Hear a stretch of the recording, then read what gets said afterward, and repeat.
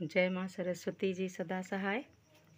आज हम पाश्चात्य काव्यशास्त्र के बेनेदेत्तो क्रोचे के बारे में संक्षिप्त चर्चा करेंगे। बेनेदेत्तो क्रोचे आधुनिक युग के प्रसिद्ध दार्शनिक थे। इटली के सभ्य समाज में उनका बड़ा सम्मान था। सन 1920-21 में वे वहाँ के शिक्षा मंत्री भी रहे थे। उन्होंने इतिहास के स्वरूप, सौंदर्य शास्त्र, मार्क्सवादी अर्थव्यवस्था, आत्मदर्शन आदि अनेक विषयों का अपने विशेष सिद्धांतों के आलोक में गंभीर विवेचन किया है। सन 1903 में उन्होंने एक आलोचना पत्रिका का भी प्रकाशन किया। इसमें इतालवी साहित्य के अनेक पक्षों की समीक्षा रहती थी। क्रोचे मूलतः आत्मवादी दार्शनिक थे, जिन्होंने आधुनिक युग के भौतिकवाद के विरुद्ध अपने ढंग से आत्मा की अंतःसत्ता की प्रतिष्ठा की है। काव्यशास्त्र उनका विषय नहीं था। उन्होंने तो आत्मा की एक विशिष्ट क्रिया के रूप में सौंदर्य के सिद्धांत की विवेचना की है, किंतु उनके सौंदर्य सिद्धांत के प्रभाव ने कला और साहित्य के सैद्धांतिक तथा व्यावहारिक दोनों क्षेत्रों में इतना व्यापक रूप धारण कर लिया कि उनके दर्शन की अपेक्षा सौंदर्य शास्त्र का ही प्रचार और प्रसार अधिक हुआ। उनके अनुसार आत्मा की दो क्रियाएं हैं। पहला विचारात्मक, दूसरा व्यवहारात्मक। विचारात्मक क्रिया अथवा ज्ञान के दो रूप हैं। विचारात्मक क्रिया अथवा ज्ञान के दो रूप हैं। ज्ञान स्वयं प्रकाश्य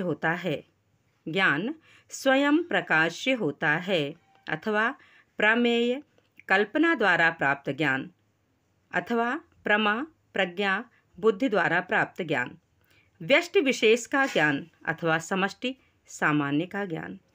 विशिष्ट वस्तुओं का ज्ञान अथवा उनके परस्पर संबंध का ज्ञान। वास्तव में ज्ञान या तो बिंब का उत्पादक होता है या धारणा का। व्यवहारात्मक क्रिया का आधार है संकल्प, जिसका फल ज्ञान में नहीं वरन कर्म में प्रकट होता है। व्यवहारात्मक क्रिया के दो भेद हैं। आर्थिक अर्थात सांसारिक योगक्षेम से संबद्ध और नैतिक अर्थात सत असत से संबद्ध। विचार और व्यवहार में संगीत की स्थापना करते हुए क्रोचे ने आर्थिक क्रिया को व्यवहार का सौंदर्य शास्त्र और नैतिक क्रिया को उसका तर्क शास्त्र कहा है। क्या कहा है? पहला आर्थिक अर्थात सांसारिक योगक्षेम से संबद्ध और दूसरा नैतिक अर्थात सत असत से संबद्ध।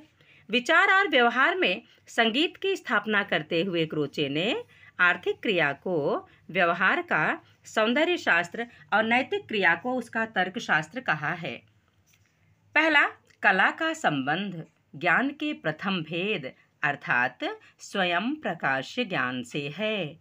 इसी का नाम सहजानुभूति भी है। कला क्रोचे के मत से सहजानुभूति ही है। सहजानुभूति पदार्थ बोध से भिन्न है। पदार्थ बोध के लिए पदार्थ की स्थिति अनिवार्य है, किंतु सहजानुभूति उसके अभाव में भी होती है। उसके लिए वास्तविक और संभाव्य में भेद नहीं है। सहजानुभूति संवेदन से भी भिन्न है। संवेदन एक प्रकार का अरूप स्पंदन है।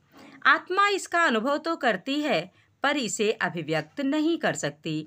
यह एक प्रकार का अमूर्त विषय है जो जड़ है, निष्क्रिय है।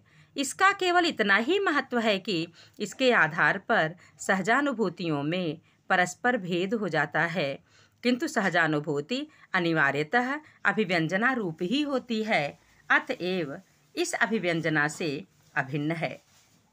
प्रत्येक सच्ची सहजानुभूति अभिव्यंजना भी होती है। जो अभिव्यंजना में मूर्त नहीं होती वह सहजानुभूति न होकर संवेदन मात्र है। आत्मनिर्माण, सृजन तथा अभिव्यक्ति के रूप में ही सहजानुभूति करती है। दरअसल सहजानुभूति ज्ञान अभिव्यंजनात्मक होता है।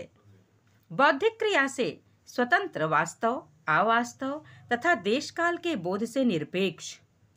सहजानुभूति प्रकृत अनुभूति से, संवेदन की तरंगों से अथवा चेतना के विषय से अपने रूप के कारण भिन्न है और यह रूप ही अभिव्यंजना है। इसलिए सहजानुभूति का अर्थ है अभिव्यक्ति, केवल अभिव्यक्ति, ना कम ना अधिक, यही कला है।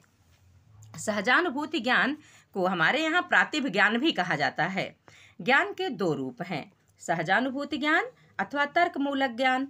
कल्पना के द्वारा उपलब्ध ज्ञान अथवा बुद्धि के द्वारा उपलब्ध ज्ञान वैयष्टिक अथवा सार्वत्रिक। वह ज्ञान जो वस्तुओं की इकाई से संपृक्त है वही सहजानुभूति है, अथवा वह जो वस्तुओं से परस्पर संबंधों से संपृक्त है। वस्तुतः ज्ञान या तो प्रातिभ ज्ञान होगा या तर्कमूलक होगा। बौद्धिक ज्ञान से इसकी स्वतंत्रता है। सहज ज्ञान की पहली बात तो मस्तिष्क में अच्छी तरह यह बिठा लेनी चाहिए, वह यह है कि सहजानुभूति